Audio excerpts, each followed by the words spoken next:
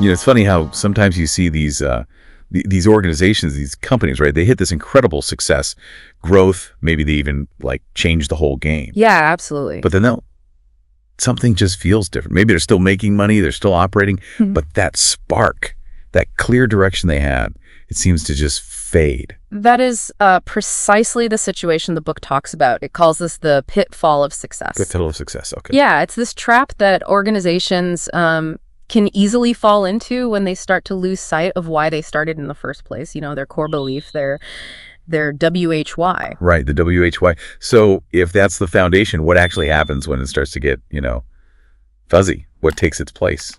Well, the book points out that without that clear WHY as a guide, organizations tend to default to what it calls manipulations to get people to act. Manipulations? Like what? Things like slashing prices, constant promotions, maybe using fear tactics, or just pushing novelty like the newest shiny thing, or even, peer pressure. Ah, okay. And the book argues those things might work in the short term. Get a quick sale. Exactly. They can drive transactions, sure. Someone might buy once because of a deal or because they felt pushed.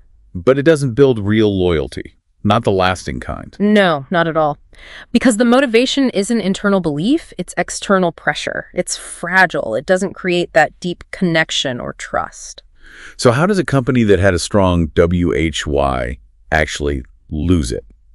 Especially when they're successful. Is there like a tipping point? The book calls this moment the split. It often happens as an organization grows, things get more complex. Oh, more layers, maybe. Yeah, and the founders, the people who really lived and breathed that original WHY, they might become more distant from everyday decisions. So decisions start shifting. Instead of being filtered through that core purpose, they become based more on, purely rational things. Like spreadsheets and market data. Pretty much. Short-term targets, what competitors are doing, the what and how take over from the why. The head over the heart, kind of? Yeah. And is that when you start seeing inconsistencies, things that just don't quite fit the brand?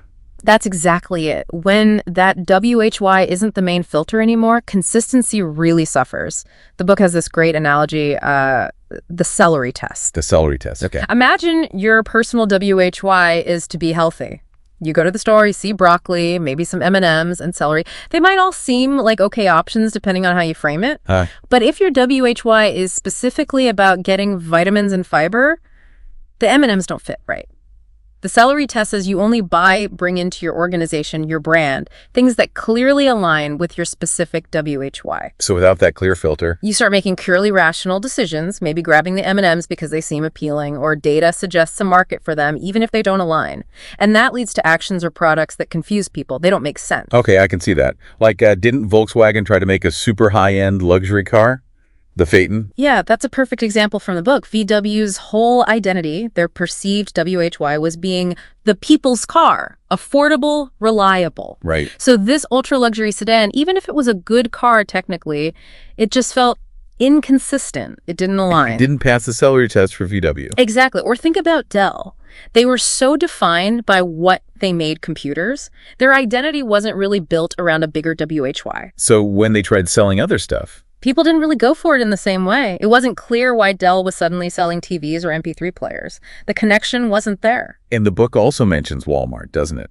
Particularly after Sam Walton passed away. Oh, absolutely. That's a really powerful case study. Sam Walton's WHY, according to the book, was deeper than just low prices. It was about serving people, serving communities. He believed if he looked after people, the business would succeed. Low prices were just how he did that.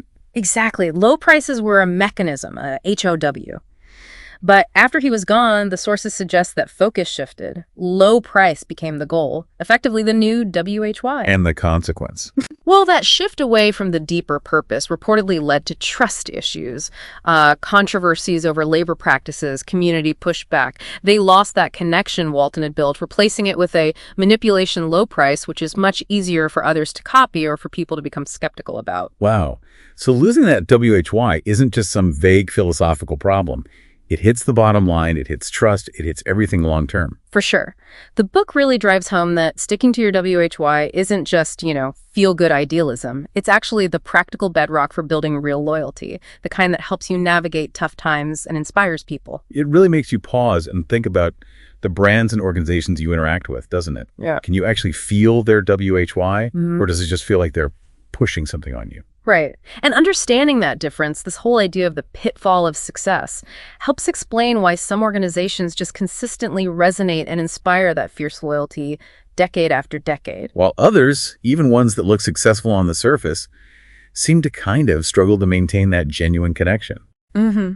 They might be making money, but something essential is missing. Well, that gives us a lot to think about. Thanks for walking through that. My pleasure. It's a fascinating concept. Definitely. So maybe for everyone listening, the question to ask isn't just about the what or the how of the organizations around you, but can you still sense the why?